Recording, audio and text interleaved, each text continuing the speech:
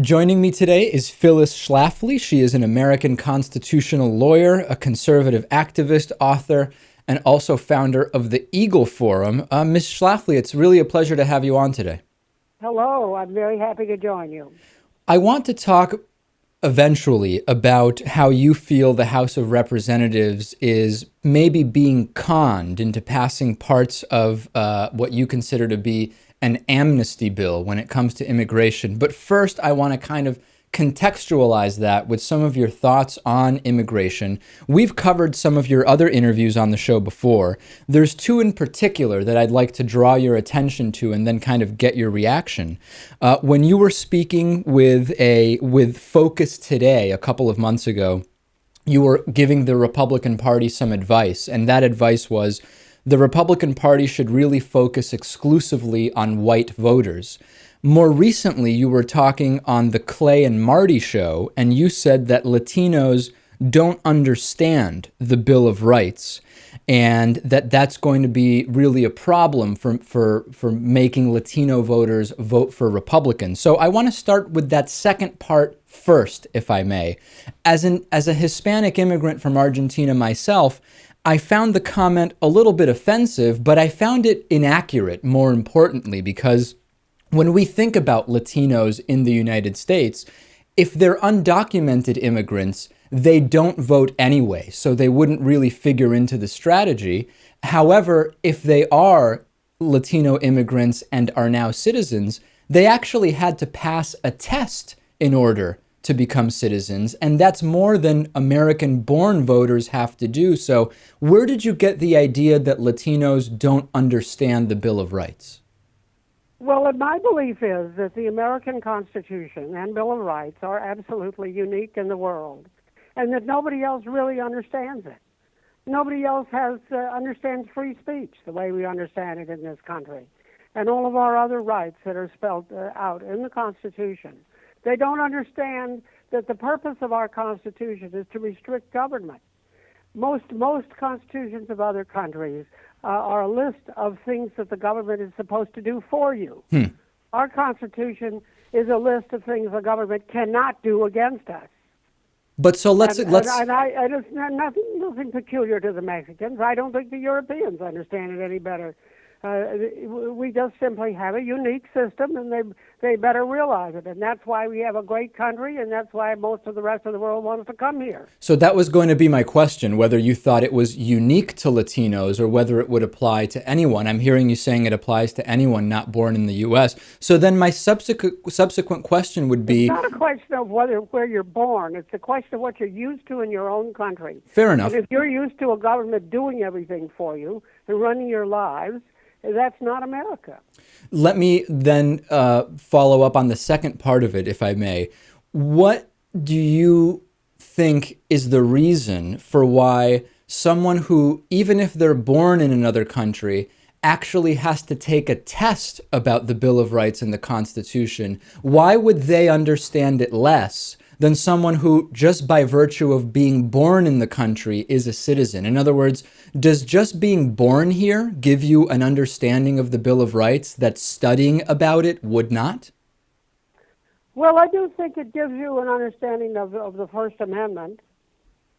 I think that in other countries, they can't talk about their government the way we talk about our government. Well, but in many countries you can. I mean, there's some where you can't. But to say that if you're not born in the U.S., you don't understand free speech, that's assuming a lot of people in other countries are very, very stupid. I mean, it's a very simple concept. No, it doesn't mean they're stupid. It's what they live with, what they're organized with. They simply have different systems of government and lifestyle. And I think that I certainly do believe that America is unique and better than any other country. Ms. Schlafly, it sounds like you know quite a bit about some of those European systems, yet you weren't born in Europe. So you've been able to understand those systems. Why would someone from another country, maybe Mexico, not be able to really understand ours? Well, if they come here and they take the test and they learn our language, and they learn what you're supposed to learn to become a citizen. Yeah. Sure, of course they can learn it. Oh, okay. So when you said that actually Latinos don't understand the Bill of Rights, you're taking that back. If they've come here and they've become citizens, they had to take a test about it, and they do understand it. Well, that's different. We were talking about amnesty for illegals. Ah, okay. So let's get back to that. If in your perfect world, Phyllis Schlafly gets to decide what is the immigration policy in this country, and you're able to reform it from where we are today to anything you'd like, what would you like to see? Well, in the first place, I think the restriction of a country's borders is a matter of national sovereignty. Okay. And the Americans have every right to decide who and what and when and how many people we want to let in and on what terms. Certainly. That's just simply a matter of national sovereignty, and I support that. And I certainly don't think pressure groups should be telling us it's our duty to do thus and so. Okay, fair enough. But so far it's just a statement of fact. In other words, borders exist, immigration laws exist, and countries can decide their immigration policy. Fine, Right. no disagreement there. But you're very concerned about what you consider to be a con job of the House of Representatives to pass an immigration bill. So far, when I asked you what would you like to see, you've just stated you would like immigration policies to exist. They do. So what else would you like? Yeah, well, I stand with the majority of the American people who believe that those who come to this country should obey our laws. Okay. That's for starters. And the people who come here illegally are not obeying our laws. And I think the American people absolutely demand that we lock up the border, make it secure before we discuss anything else. Okay, so step one would be simply to make the border secure. Now, how does Right. that tie in to the practicality and pragmatism of what we do with those who are undocumented in the U.S. now? Would you like to see them deported? What should happen to those people? I don't know anybody who's talking about deporting anybody except criminals, and I do think the criminals should be deported. Okay. But I believe that we should absolutely institute E-Verify so that everybody who reports for a job has to present a legal Social Security number. If I apply for a job, if you apply for a job, you have to do it. Right. And I certainly think somebody who's come from some other country should have to do it too. Okay, so and that would be something that would be imposed. That would be one thing. And Ms. Schlafly, of course, the Congress has voted that, and they've never enforced it. The other thing they should do is make effective the visa tracking system, so that when these people come in on visas and then they never leave when their time is up, right, we should get rid of them. Let me ask you, Ms. Schlafly. Under agreement for a specified time period, and they should obey the law.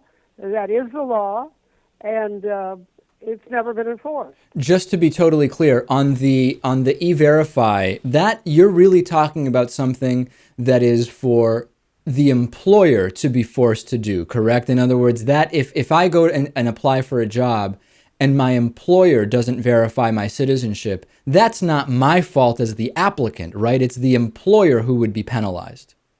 That's right. It's a duty on the employer. Okay, so then my question remains, which is then he's not supposed to hire the person. Absolutely. Who can't comply with the law. So again, what do we do about those who are undocumented and in the country now? In a perfect world, if you were to decide, what do we do about those people, those millions of people? Well, they don't get jobs.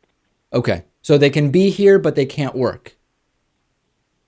They can't get a legal job. They Right. can't comply with the same law that you and I have to comply with. But you wouldn't deport them, correct?